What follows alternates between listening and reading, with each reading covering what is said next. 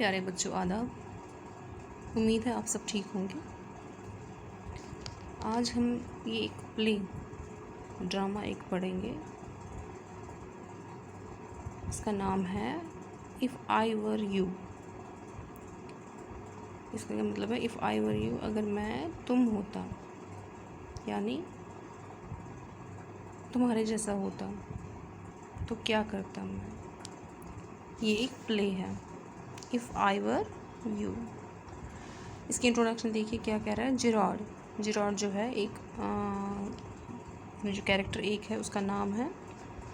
इसमें एक ही कैरेक्टर है और एक दूसरा कैरेक्टर जो है बाद में आता है, लेकिन मेजर कैरेक्टर इसमें यही है। ये कहाँ रहता है? Lives alone in a lonely cottage. ये एक कॉटेज होता है कहीं जंगल में, पहाड़ी पे जो मकान बनाते हैं जिसके चारों तरफ से हरियाली हो, ग्रीनरी हो,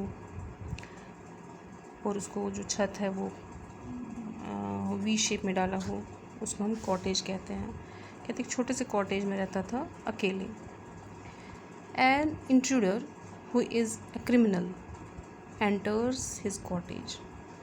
एक इंट्रूडर होता है घुसपैठी, जिसको हम कहते हैं, जो ज़बरदस्ती कहीं पे आकर घुस जाए किसी के मकान में, किसी के घर में। कहते वो क्या है? एक क्रिमिनल है, एक मुजरिम है जो कि इस कॉटेज में आता है। He intends to murder Girard and takes on his identity. उसका मकसद क्या होता है कि वो जिराड का कत्ल करे और इसकी आइडेंटिटी, इसकी पहचान ले। यहाँ पे आपको पता चल गया होगा कि हो सकता है इंट्रूडर और जो ये जिराड है, इनका हाव भाव, शक्ल सूरत जो है वो एक ही जैसी हो, जिसकी वजह से ये चाहता हो कि मैं इसको मार के इसकी जगह लूँ ताकि लोग मुझे ना पहचाने और मैं उम्र भर किसी के हाथ ना आऊँ, पुलिस के हाथ ना आऊँ, किसी को पता ना चले कि मैं ज़िंदा हूँ। Does he succeed? क्या वो अपने इस मकसद में कामयाब होता है?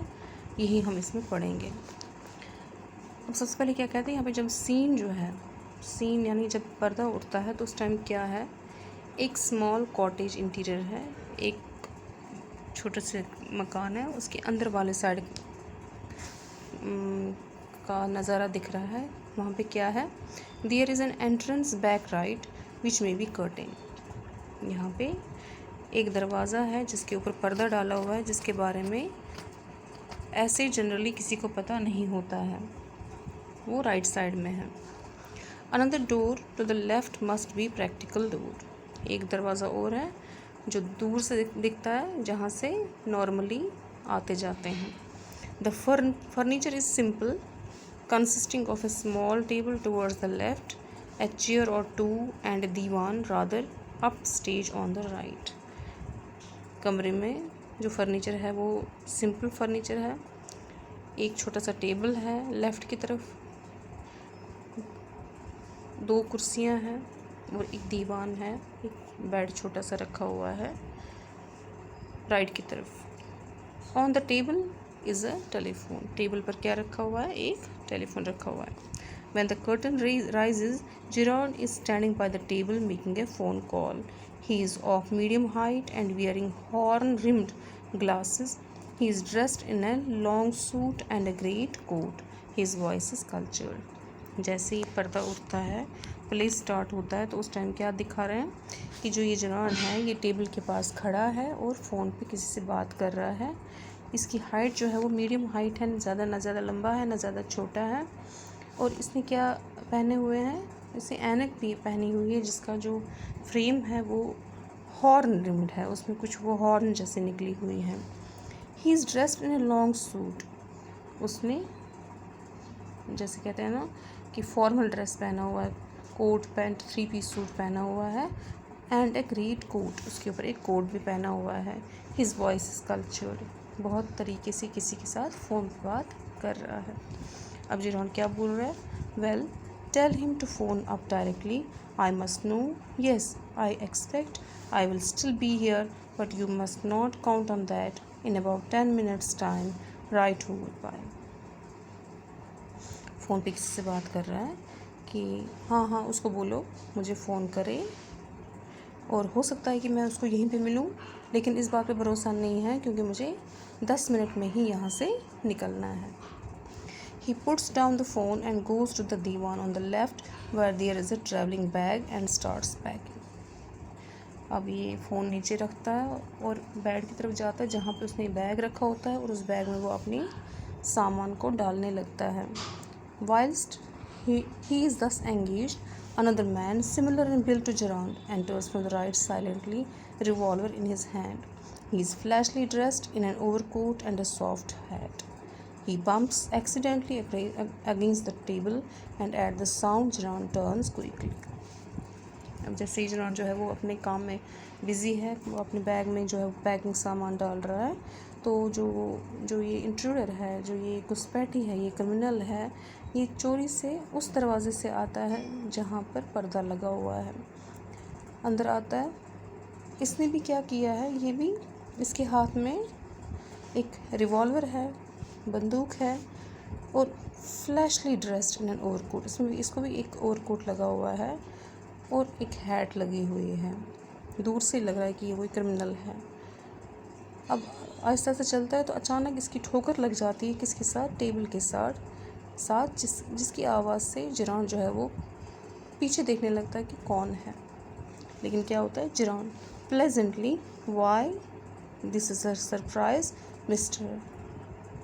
अब क्योंकि इसने किसी को बुलाया होता है, कहा होता है कि 10 मिनट के अंदर अंदर उसको बोलो यहाँ आने के लिए, इसको लगता है कि शायद वही आदमी आया हुआ है। अब क्योंकि वो दूसरे दरवाज़े से आया, ये हैरान हो जाता है कि इस दरवाज़े का पता इसको कैसे था।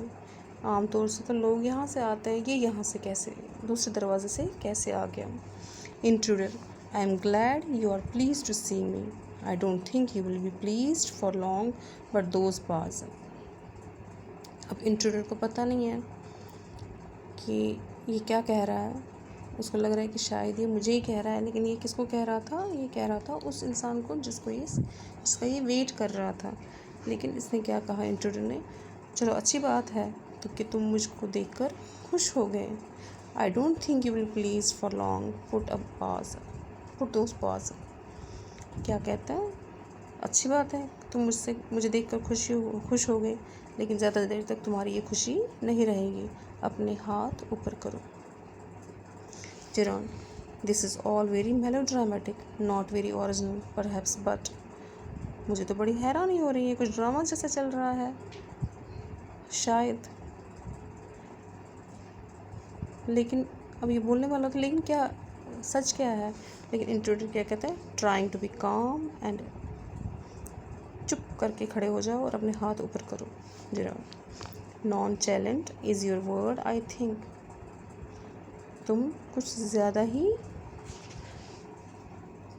बदतमीज़ी से या तेज़ी से बोल रहे हो, है ना। Intruder, thanks a lot, you will soon stop being smart, I will make you crawl, I want to know a few things. कहते हैं तुम जो सोच रहे हो, जो बोल रहे हो, मुझे उसके साथ कोई वास्ता नहीं है।